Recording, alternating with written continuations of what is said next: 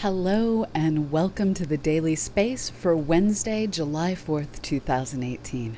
I am your host, Dr. Pamela Gay, and I am here to put science in your brain.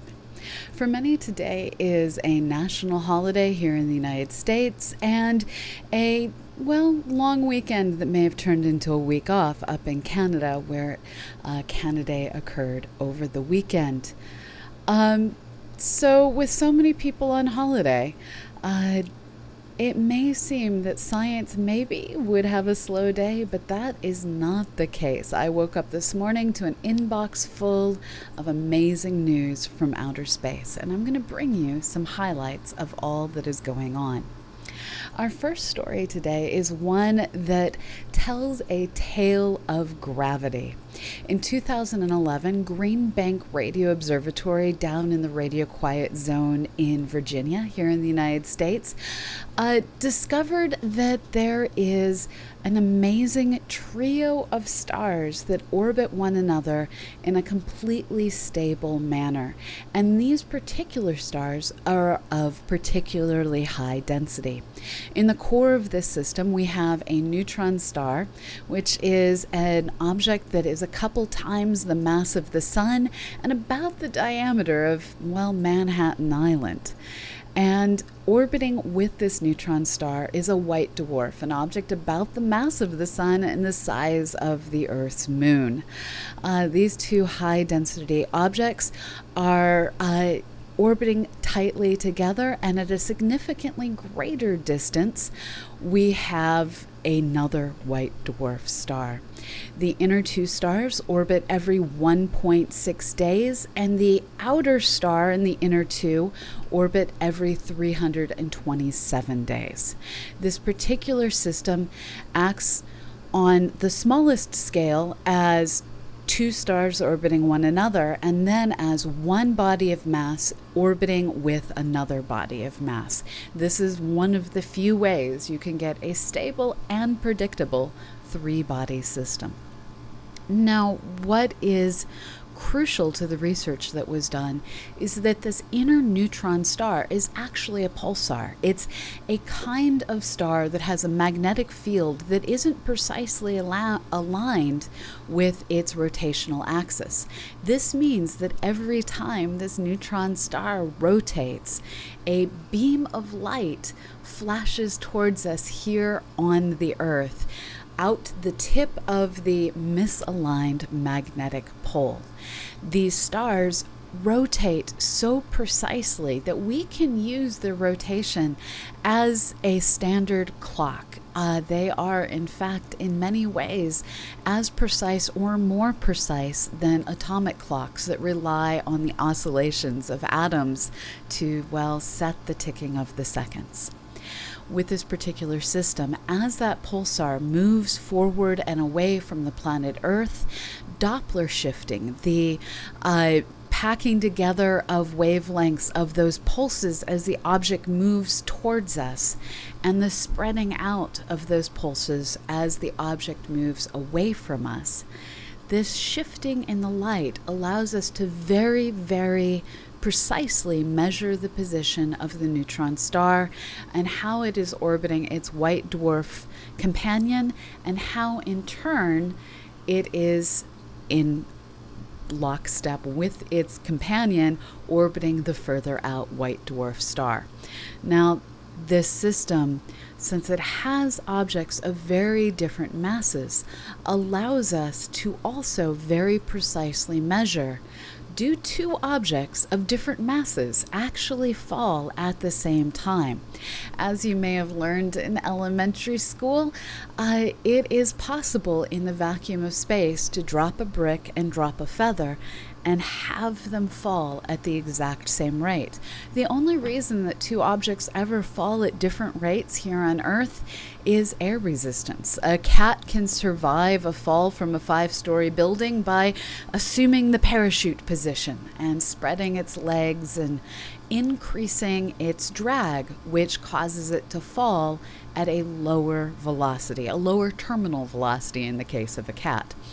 Now, in outer space, the cat wouldn't be quite so lucky if it were caught on a world with no atmosphere. Then again, the cat would also be dead due to the lack of an atmosphere. But in this case, we're talking about a white dwarf, a neutron star, so let's go someplace a little bit happier. In these very carefully measured orbital movements, scientists have determined to a few parts in millions that, well, in this case, it's actually 3 parts in a million, that the white dwarf and the neutron star are affected by gravity in the exact same way. This indicates that there isn't an extra term within 3 parts in a million that affects one object more than another based on how much mass and thus how much interaction with the Higgs boson and gravitons that these objects have. This is our most precise measurement of the pull of gravity that has ever been done. And so yeah, physics once again shows it's just as simple as Newton and Einstein once predicted it should be. So while we may eventually find that gravity needs some extra explaining, currently we're good with just Newton and Einstein's theories. Now moving out to look at a different time and a bigger place in our universe. A team of scientists using data from Gaia and the Sloan Digital Sky Survey have been working to study our own Milky Way galaxy. In particular, they've been looking at the exact composition of stars and the motions of those stars. You may have heard it said that if we could identify all the velocities of all the particles in space, we could both run the universe backwards and forwards to understand where it is that things have been and where it is that things are going. While it's not entirely that simple due to things like the Heisenberg uncertainty principle and chaos theory, it turns out that with objects at least the size of stars, we can roll the picture backwards and begin to understand the history of our galaxy. It now appears, according to scientists from the Center for Computational Astrophysics at Flatiron Institute in New York City, and the University of Cambridge in England, that at one point in the past there was what they're calling the sausage galaxy. This was a fairly large small galaxy, which is a bit confusing. What I'm saying here is we have dwarf galaxies that are the size of globular clusters, but we also have galaxies that are small compared to our own that we also call dwarf galaxies, even though they're substantially bigger than the dwarf galaxies that we're usually talking about. Anyways, this galaxy that was millions of solar masses instead of billions of solar masses hit our own Milky Way galaxy billions of years ago. And when it did, it came in on a highly elliptical orbit. This means that it came in, and as it merged in, it passed, or its stars passed, rather close to our own central supermassive black hole, and it tore apart, contributing clumps of stars, individual stars, globular clusters, all to the mass of our Milky Way. When this occurred, these new globular clusters stretched themselves out like a set of beads that began to orbit our galaxy in a set of paths that, now can be identified as uniquely belonging to this impact event. It created stars with similar content, similar abundances of various atoms. We refer to this as metallicity in astronomy.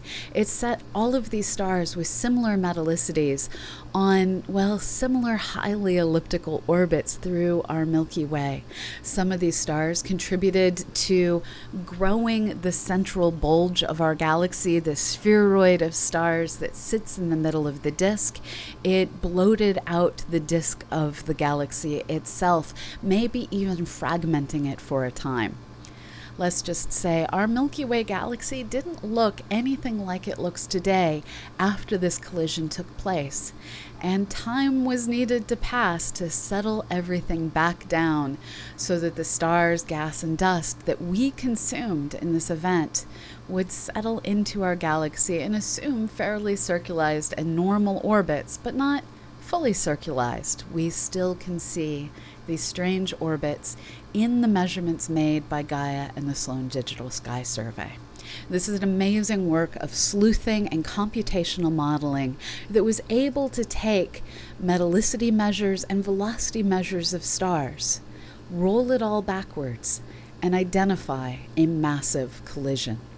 This is the new technological revolution that is overtaking astronomy, where the combination of constantly increasing computational power and our ability to string computers together to work on models in a simulated supercomputer is allowing us to take the massive amounts of digital data we're getting and see exactly how we can recreate our actual galaxy using computer simulations.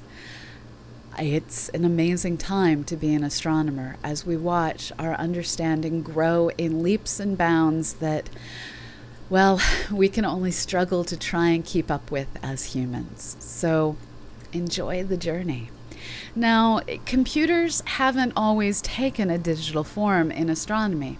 And back in the 1890s at Harvard College Observatory, Edward Pickering, then president of the observatory, or director, as I believe the actual title was, Director Edward Pickering hired a number of women, including, as shown in this picture, Henrietta LaVette, to work at the observatory as human computers in these not digital, not analog, but rather wetware days.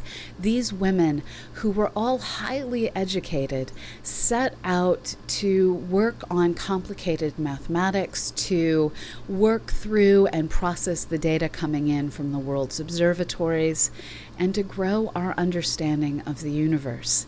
These women for a long time didn't really get credit for the work they are doing, but we're now starting to, well, reclaim their heritage for them.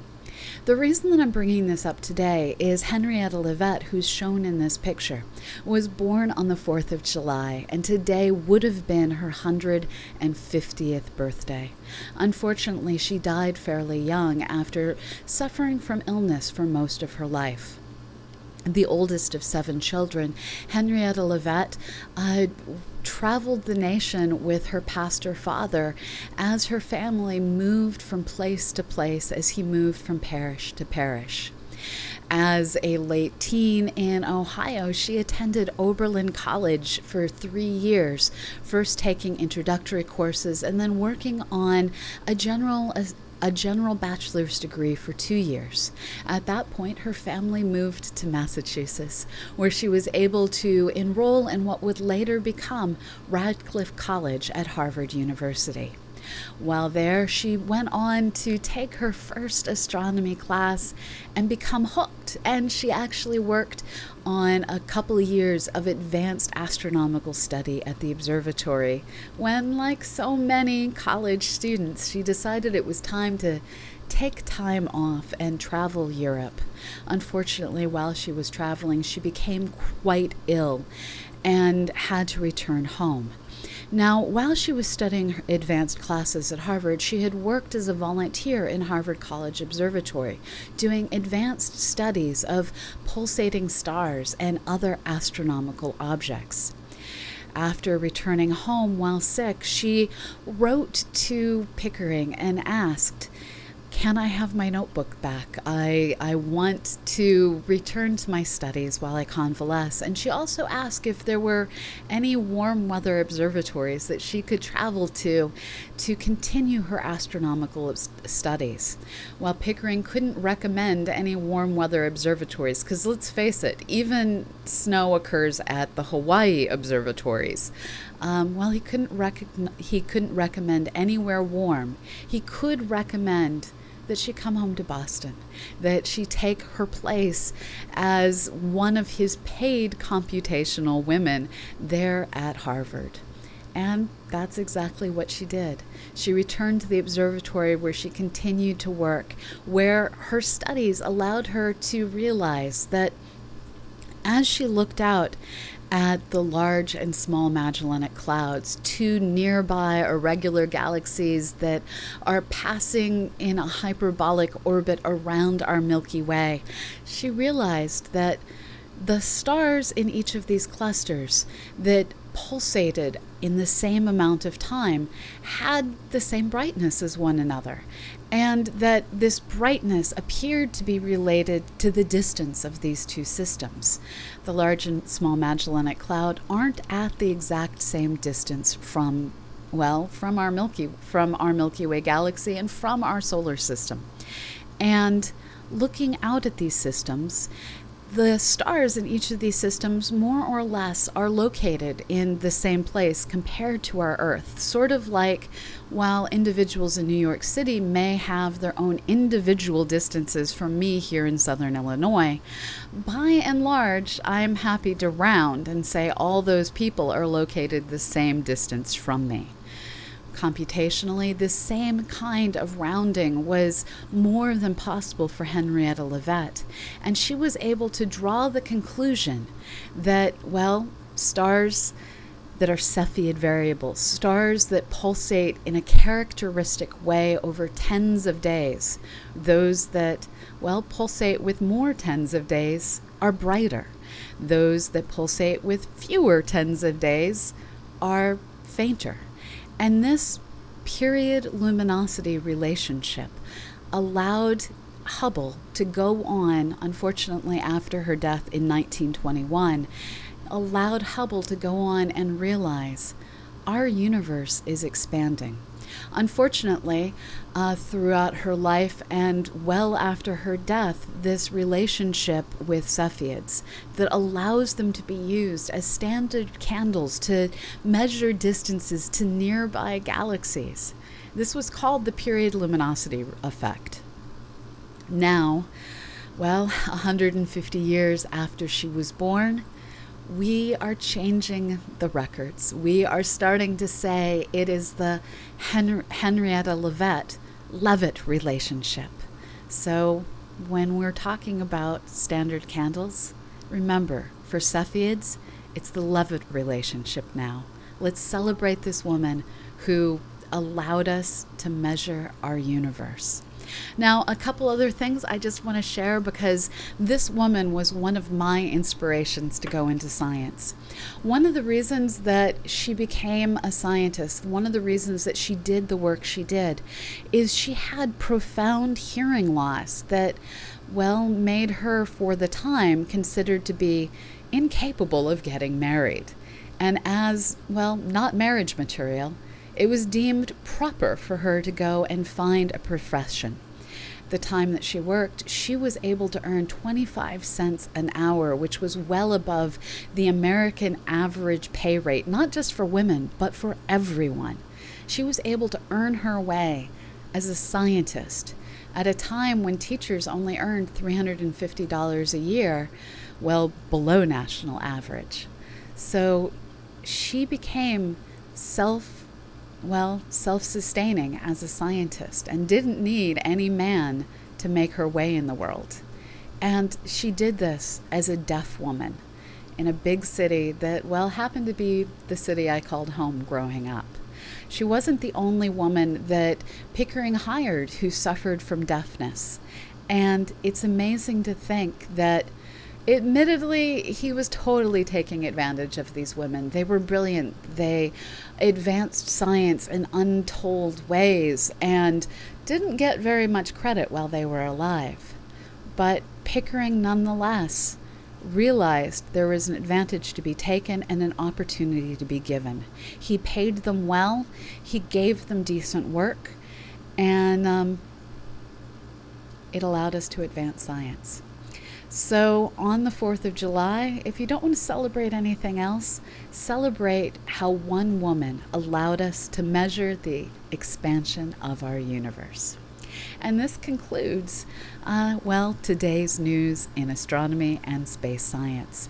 If you have any questions, please go ahead and @ me in the chat. This is a reminder that this particular show is brought to you by CosmoQuest. We invite you to help us explore our universe.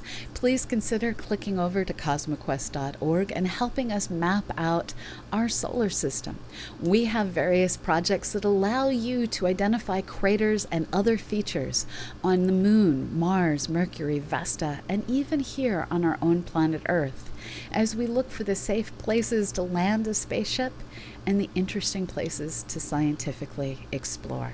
So please check it out, and if you've got nothing else to do on this holiday, well, go do some science. CosmoQuest is a collaboration that is organized through the Astronomical Society of the Pacific and includes the Planetary Science Institute, Youngstown State University, and many other institutions. We are a nonprofit, and we rely on you. Please consider giving us a follow if you like what you see. Follows are free and will get you notified of every episode we launch. We are sustained through your subscriptions, and every bit really helps. So thank you so much for all of the bits that came in. Thank you to Trekker Ev. Thank you to fellow Hoodlum. Thank you for the follow, Fiblif. Thank you for the bits, Surgical Decision. Thank you. I'm running into yesterday. Thank you for yesterday's bits, Surgical Decision.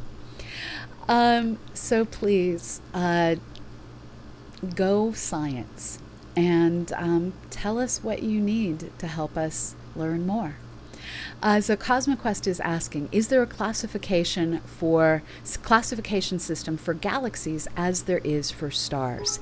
Yes, in fact, there are multiple. Thank you, Keeper of Maps, for the bits. The most often used way of classifying galaxies is the Hubble diagram. This is a way of classifying galaxies based on whether they are elliptical, whether they are flat disks, whether they have arms, and how tightly wound those arms may be. Let me see if I can pull up a picture to share with you of this particular kind of diagram. Now, while this is the most often used, it is not the only diagram. There have been multiple people who have tried to build diagrams that were based on even more complex scientific classifications than what Hubble has done. 1 second, I am just moving this image so that you can see it. And one of the reasons that people who have worked to upgrade this particular diagram is because, well, galaxies, it turns out, look very different in different colors. This particular way of categorizing galaxies is based on how galaxies look when observed with glass plates through very particular filters. Here we see that the classification system begins with our giant spherical elliptical galaxies, as these galaxies appear to get flatter, more cigar-shaped, and even flatten out to be completely disc-like but missing arms. We see them go from being E0s, which is easy to remember because zeros are circles after all, to being flat, kind of, like the leg of the 7. I don't know. I just remember that it goes from 0 to 7, basically, as they get flatter and flatter. The S zeros are our perfectly round disks. So here we have a plate that as it rotates, we see how flat it is, and these lack arms.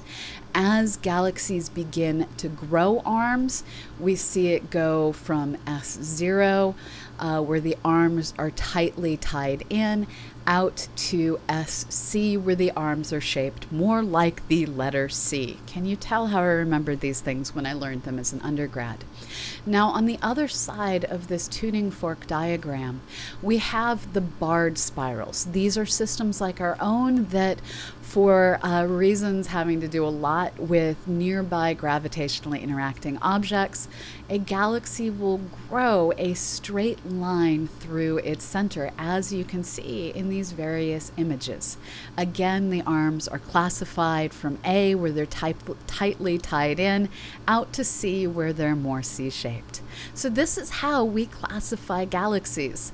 At least it's one of the ways, and the most popular of the ways that we classify galaxies. So I hope that answered your question. And as always, if you have questions, go ahead, drop them in the chat, and just please at me so I can spot them.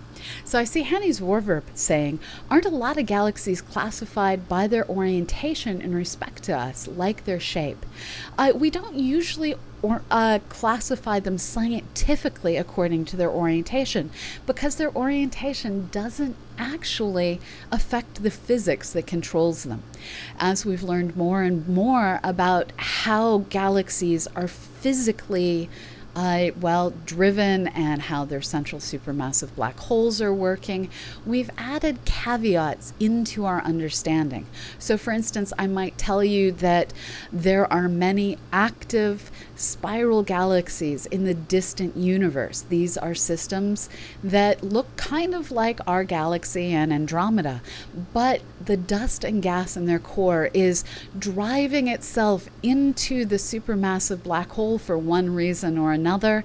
It's forming an accretion disk that is lighting up, and it's that accretion disk that appears star-like in the sky. These objects at various points in time have been classified as Seyfert 1, Seyfert 2, quasars, active galaxies, radio loud galaxies. And all of these different classifications were a function of viewing angle.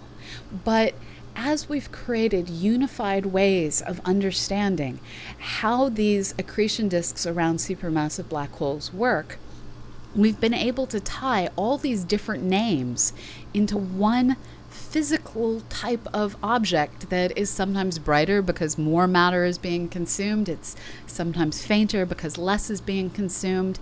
And exactly what we see varies on if we're looking face on in the galaxy straight down the throat of the black hole's jets, or whether we're looking at it at an angle.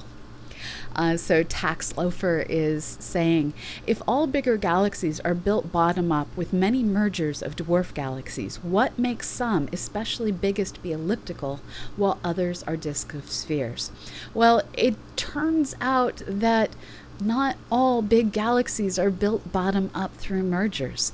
As we look out at the most distant visible parts of the universe, we're actually looking back in time, because light takes time to get to us. So when we say we see the most distant galaxy ever imaged, we're also seeing the youngest galaxy ever imaged. And as we look at these youngest galaxies, we're seeing that some massive galaxies formed so early on that they didn't have time to form through the merger of smaller objects.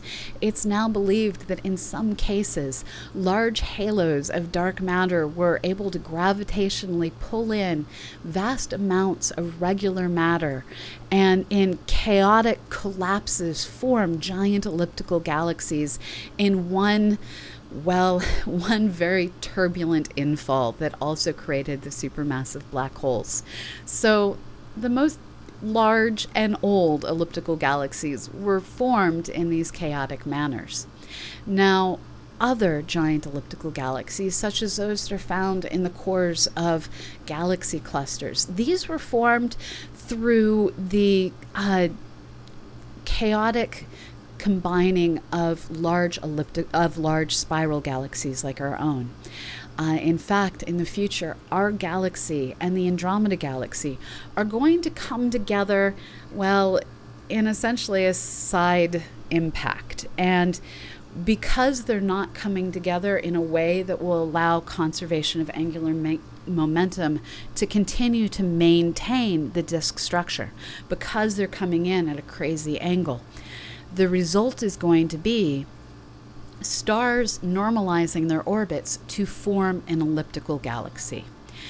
So backing up, if you have two galaxies gently merge in the same plane, they will build up into bigger and bigger spiral galaxies. In fact, if you have small objects come in at not too extreme a angle, they will continue to build this spiral galaxy. So our own galaxy is constantly eating little tiny galaxies and growing.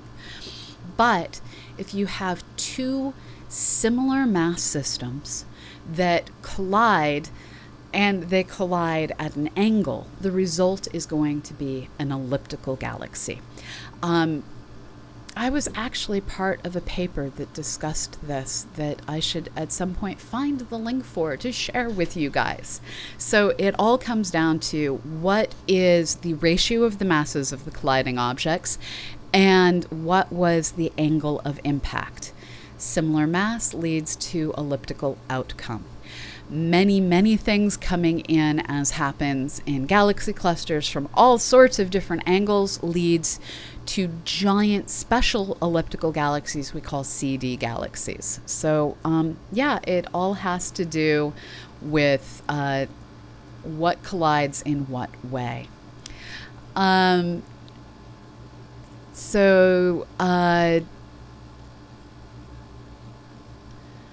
Yes, galaxies with spirals totally lose their spiral arms via some interactions. So Michael Mayer is asking, does the classification represent anything other than the shapes of the galaxies? So let me pull up that diagram once again. When Hubble came up with this diagram, we didn't know a lot about the physics of galaxies. Heck, there were still people arguing that they weren't actually other island universes of stars in the nomenclature of the time. So when Hubble came up with this diagram, he kind of thought it might be evolutionary. And we now know that is completely not true. This is actually just a diagram of what they physically look like. So sadly, unlike our classification system for stars that does actually tell us something about their physics, this doesn't tell us much. Now, we do know that barred galaxies generally have some sort of a gravitational interaction going on that is driving the bar's creation.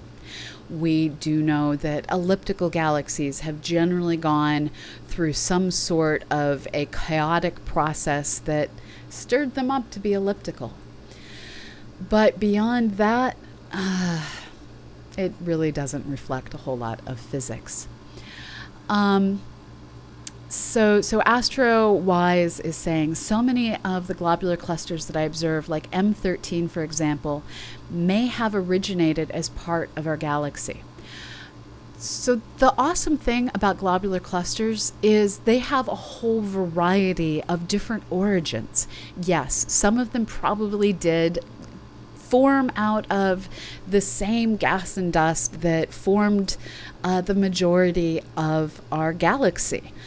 But that gas and dust may have come in during collisions. Some of them came in fully formed and were stolen from the impacting galaxies. As we know, our Milky Way stole at least 8 globular clusters from what they are calling the sausage galaxy that has been discovered by Gaia and the Sloan Digital Sky Survey as impacting with us billions of years ago. So our globular clusters have orbits that are in part determined by how they got here. And they have contents that are determined by what we stole them from. So these are the ways that you can trace the origins of our stolen star systems. Yes, our instro. Seyfert Galaxies is actually Seyfert, so Seyfert Galaxies. And then it's sieverts for radiation. Those are two completely different dudes that people are named after. Those are two completely different dudes that scientific things are named after. So our instro is asking, if elliptical galaxies are left to their own devices for long enough, would they end up flattening out, possibly into large spiral barred galaxies? Sadly, no. There's no motivation for this to happen.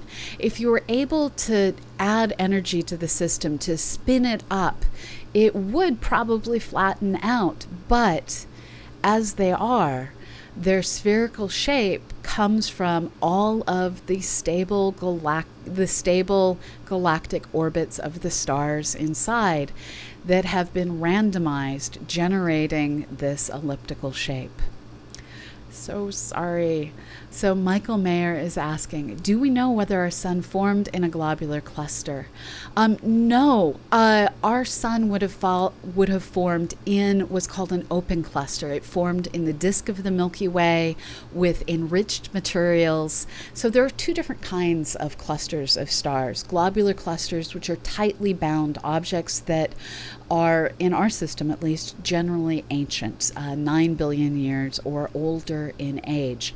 Globular clusters have this amazingly tight, gravitationally bound structure that has, you're not going to tear one apart.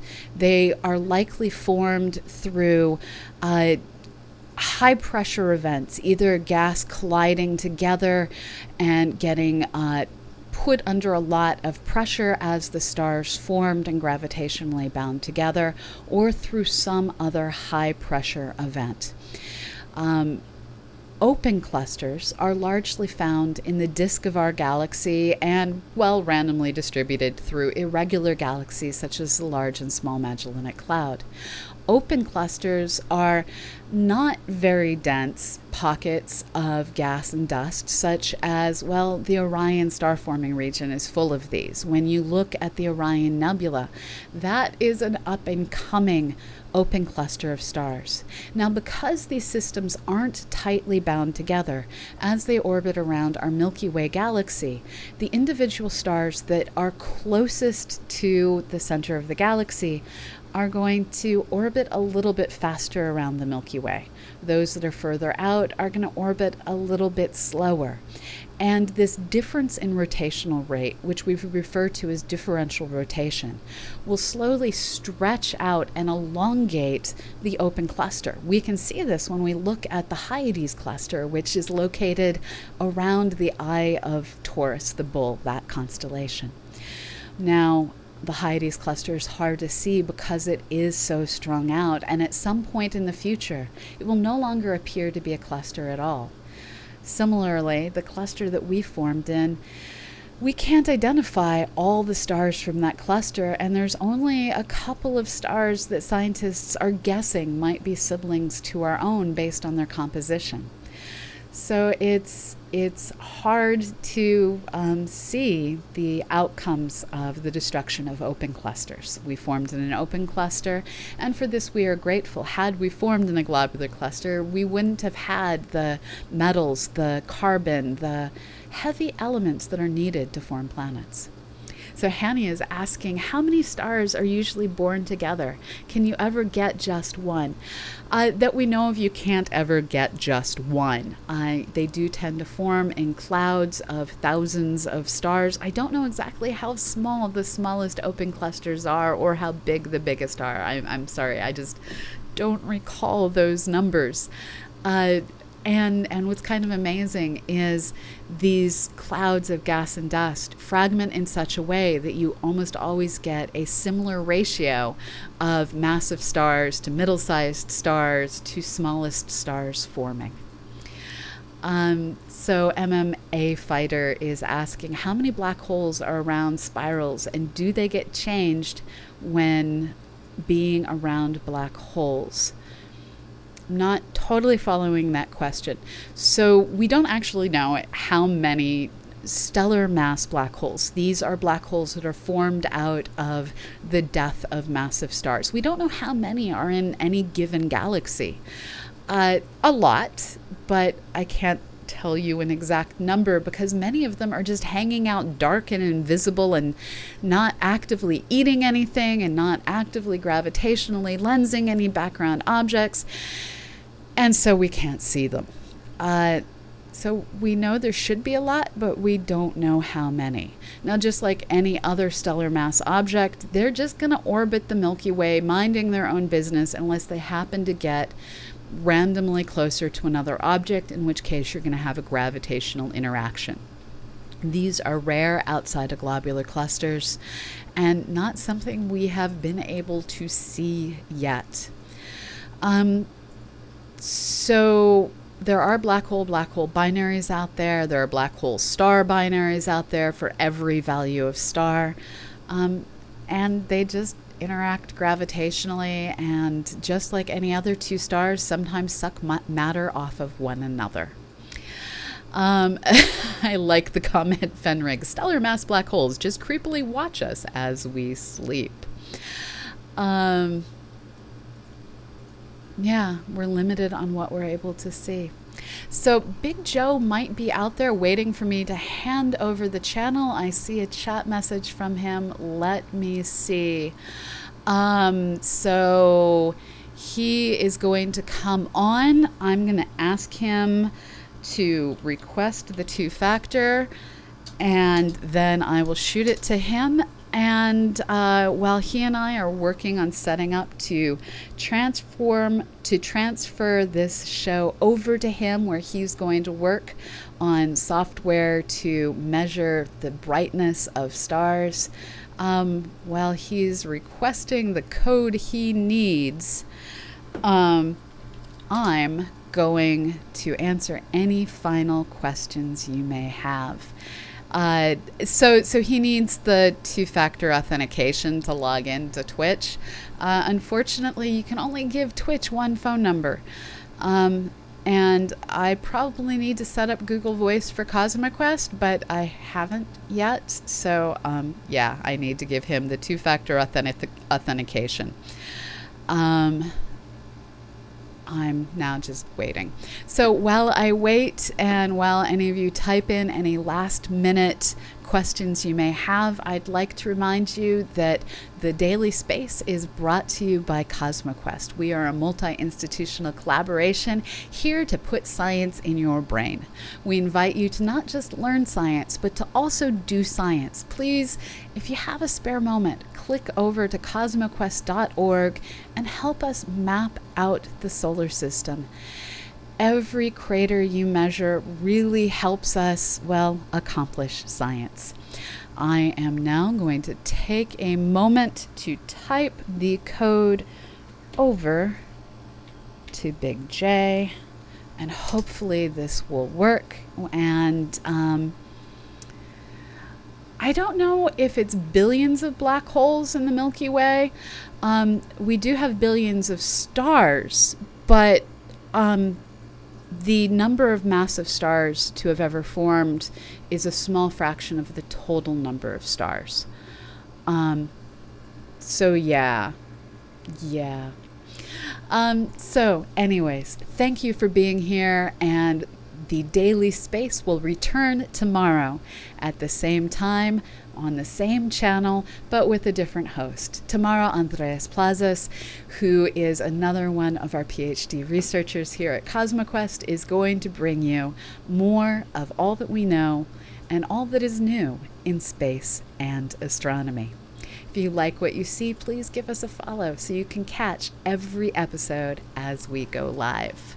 So I'm now going to go ahead and sign off, but don't go away, because momentarily this channel is going to be restarting with our own Big J, who's bringing us, well, how you measure light from stars. Bye-bye.